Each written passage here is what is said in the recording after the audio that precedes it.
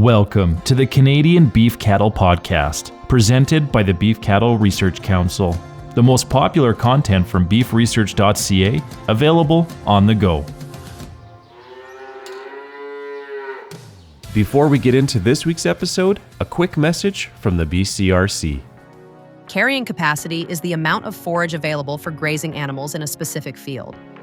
Accurately calculating it is crucial for setting the right stocking rate, ensuring animal productivity, and maintaining grassland health. The BCRC Carrying Capacity Calculator offers two methods for calculating the carrying capacity of your pastures to help maximize efficiency. Explore this resource and learn about the steps involved in these two methods by clicking the link in the show notes. This episode features audio from a video on colostrum management for beef cattle, featuring Dr. Claire Windeyer from the University of Calgary Faculty of Veterinary Medicine, UCVM. The video was produced as a collaboration between the UCVM and Ag for Life. A link to the video can also be found in the show notes. It's a couple weeks into calving season, and so far things have been going pretty well. The weather's been fine and the cows have been doing their jobs. Until one night, a big storm comes through, dumping a bunch of snow onto your farm. It's 11 o'clock at night, minus 20, the wind is blowing, and one of the heifers decides she can't quite figure out whether or not she wants to calve. Let's call her Heifer 101. The heifer's a bit nervous, so we give her a bit of time, but after about 90 minutes from when we first saw her calving, she still hasn't settled down to deliver her calf. So we decide to bring her into the barn, and once we get her into the calving chute, we check her out and realize that she's got a really large calf inside her. After a long, hard pull, we finally deliver a bull calf. He's alive and he's breathing, but he's not doing so well. So the question is, what should we do now? I'm Dr. Claire Windeyer. I'm going to talk about colostrum management for beef calves. Newborn calves are vulnerable to disease when they're first born because their immune systems are naive. Unlike other species, like humans, they don't actually get any lasting protection from their mother while they are still in the womb. They depend on immunity that they get after they are born. So cows have evolved to make something called colostrum, which is the first milk that they make after they deliver a calf. And this colostrum contains important antibodies called immunoglobulin G, or IgG, that protects a calf until it can protect itself. In order to make sure that we're taking good care of our calves, we need to know the who, when, what, and how of colostrum management to ensure that each calf gets a good start to life so they can be healthy and productive. When it comes to beef calves, we don't want to help every single one get colostrum.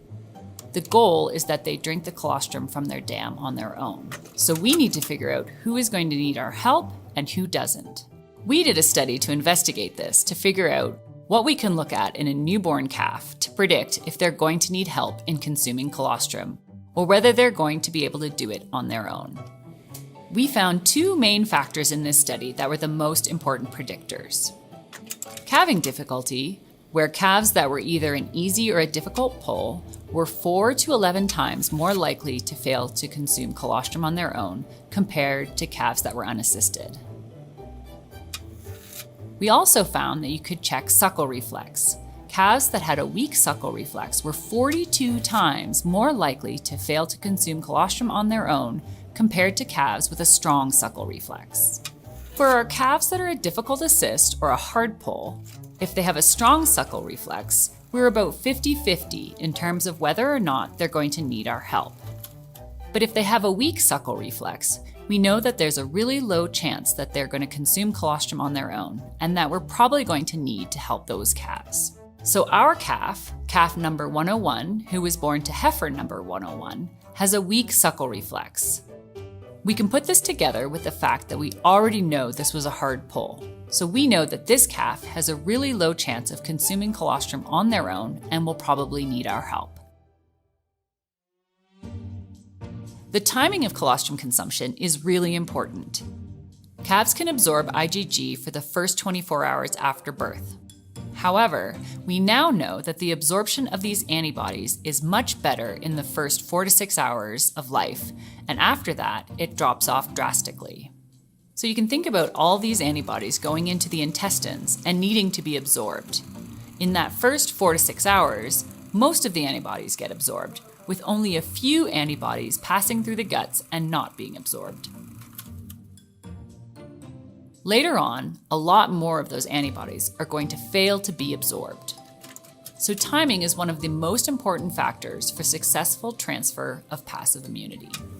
For our calf, we decide that because it's late and we're ready to go to bed, it's time that we give this calf colostrum. We don't want to wait until the morning. So the next question is, what should we feed this calf? Beef cow colostrum has an average of 150 grams of IgG per liter. If we compare this to dairy cows, the yield, or the volume that they make, is much higher, but the IgG concentration is much lower.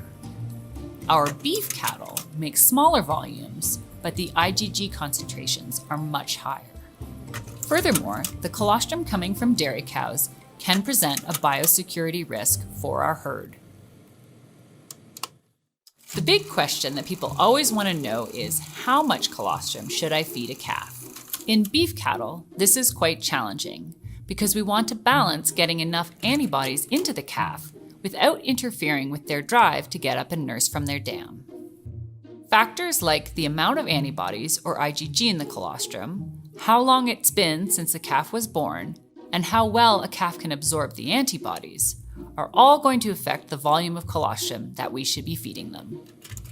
In a research study, we looked at different volumes and concentrations of colostrum and how they impact the time it took a calf to nurse for the first time.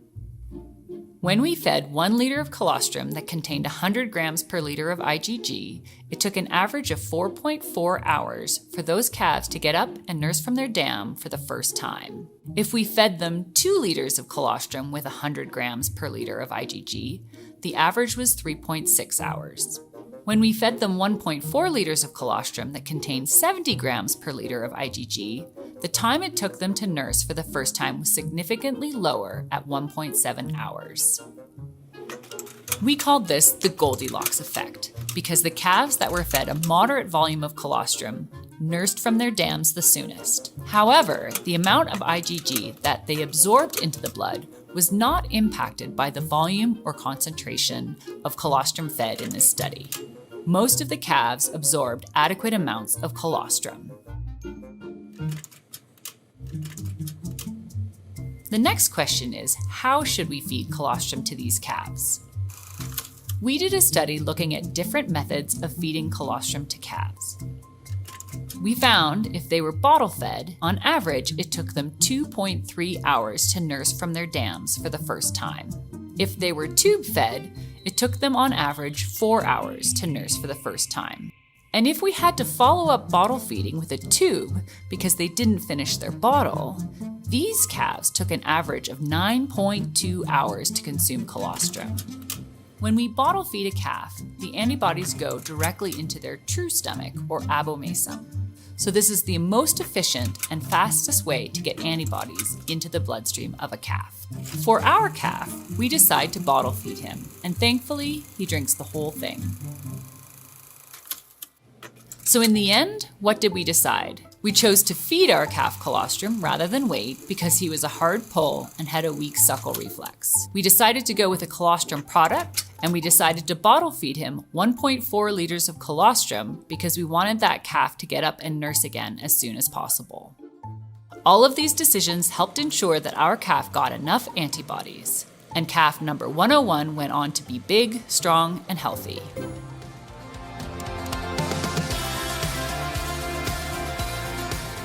Thank you for listening to this week's episode. You can find all relevant links and information at beefresearch.ca or in the show notes.